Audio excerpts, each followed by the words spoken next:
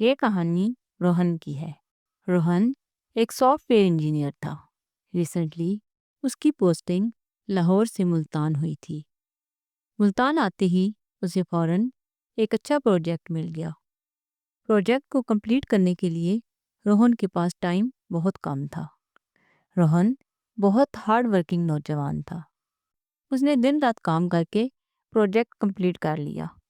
روہن کوئی بھی نیا پروجیکٹ سٹارٹ کرنے سے پہلے کچھ دن ریسٹ کرنا چاہتا تھا۔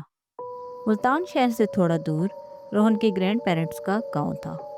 روہن کے گرینڈ پیرنٹس کی ڈیتھ کو کافی سال گزر چکے تھے اور وہ گھر کئی سالوں سے بند تھا جہاں روہن نے اپنا بچپن گزارا تھا۔ روہن لاہور سے ملتان آتے ہوئے اس گھر کی کیز بھی ساتھ لایا تھا تاکہ اپنا فری ٹائم وہاں سپینڈ کر سکے۔ روہن نے اپنا بیگ پیک کیا اور شام ہونے سے پہلے ولیج پہنچ گیا۔ روہن کو گھر تلاش کرنے میں زیادہ ٹائم نہیں لگا۔ لاک کافی پرانا اور زنگ آلود تھا۔ روہن گیٹ کھول کر اندر داخل ہو گیا۔ صحن میں بیری کا درخت جو کہ کافی بوڑھا ہو چکا تھا اسی طرح موجود تھا۔ روہن روم کے اندر داخل ہوا۔ کھڑکیاں اور فرنیچر دھول سے اٹے تھے۔ روہن نے صفائی کا کام صبح پر چھوڑ دیا اور بستر جھاڑ کر لیٹ گیا۔ کھانے پینے کا سامان روہن شہر سے ساتھ ہی لایا تھا۔ تھکاوٹ کی وجہ سے روہن بہت جلدی سو گیا۔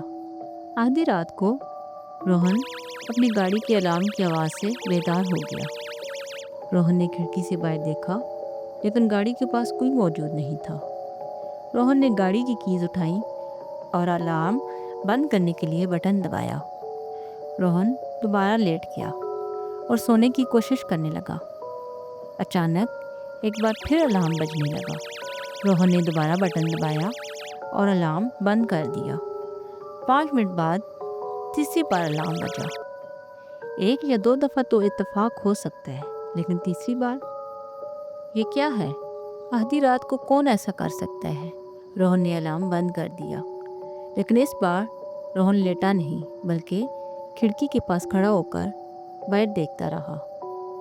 چند منٹوں کے بعد روہن نے چاند کی روشنی میں کچھ دیکھا۔ جھاڑیوں سے ایک سایہ نمودار ہوا اور آہستہ آہستہ گاڑی کے قریب آیا۔ کوئی عجیب مخلوق تھی، خوفناک اور بہت بڑی۔ اس نے گاڑی پر دستک دی۔ الارم پھر سے بجنے لگا۔ وہ خوفناک مخلوق واپس جھاڑیوں میں چھپ گئی۔ روہن کو اپنا دل رکتا ہوا محسوس ہوا۔ وہ خوف سے کانپنے لگا۔ اس نے الارم بند کر دیا۔ وہ چیز دوبارہ جھاڑیوں سے نکلی لیکن اس دفعہ اس کا رخ گاڑی کی بجائے گھر کی طرف تھا۔ وہ خوفناک چیز اب پورے زور سے گیٹ کو کھولنے کی کوشش کر رہی تھی۔ روہن کا دماغ سن ہو چکا تھا۔ یہ کیا ہے؟ یہ مجھ سے کیا چاہتا ہے؟ روہن کو کچھ سمجھ میں نہیں آیا۔ روہن کے پورے جسم پر ایک کپ کپی تاری تھی اور دل بہت تیزی سے دھڑک رہا تھا۔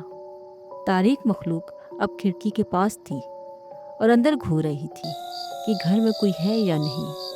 روہن فوراً صوفے کے پیچھے چھپ گیا۔ روہن کو اس عجیب مخلوق کی ساری چالیں سمجھ آ گئیں۔ گاڑی کے الارم کو بجانے کا مقصد اپنے شکار کو باہر بلانا تھا۔ وہ مخلوق ابھی تک کھڑکی کے پاس موجود تھی لیکن کھڑکی بہت چھوٹی ہونے کی وجہ سے اندر نہیں آ سکتی تھی۔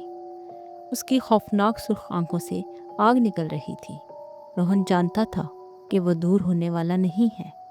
تھوڑی دیر کھڑکی میں سے گھورنے کے بعد اس کا رخ دوبارہ گیٹ کی طرف تھا۔ اب وہ زیادہ خوفناک طریقے سے گیٹ کو دھکیلنے لگا۔ کافی دیر گیٹ دھکیلنے کے بعد اس مخلوق نے خوفناک آواز نکالی جیسے شکار نہ ملنے پر غصے کا اظہار کر رہا ہو۔ روہن اس وقت تک صوفے کے پیچھے چھپا رہا جب تک مکمل خاموشی نہیں ہو گئی۔ کافی دیر بعد روہن آہستہ سے اٹھا۔ وہ عجیب مخلوق غائب تھی۔ باہر ہلکی روشنی تھی۔ روہن نے آہستہ سے اپنی کیز اٹھائیں اور بغیر کوئی بھی آواز کیے بھاگ کر گاڑی تک پہنچا اور ڈور لاک کیے اور بغیر پیچھے دیکھے اس وقت تک گاڑی بھگاتا رہا جب تک دوبارہ شہر نہیں پہنچ گیا۔ نیکسٹ ڈے جب روہن نے ٹی وی آن کیا تو اسی گاؤں کی خبر چل رہی تھی۔ 2 لڑکیوں کی لاشیں ملی تھیں جن کے سر غائب تھے۔ روہن کو یقین تھا کہ وہ دونوں لڑکیاں اسی عجیب مخلوق کا شکار بنی ہوں گی۔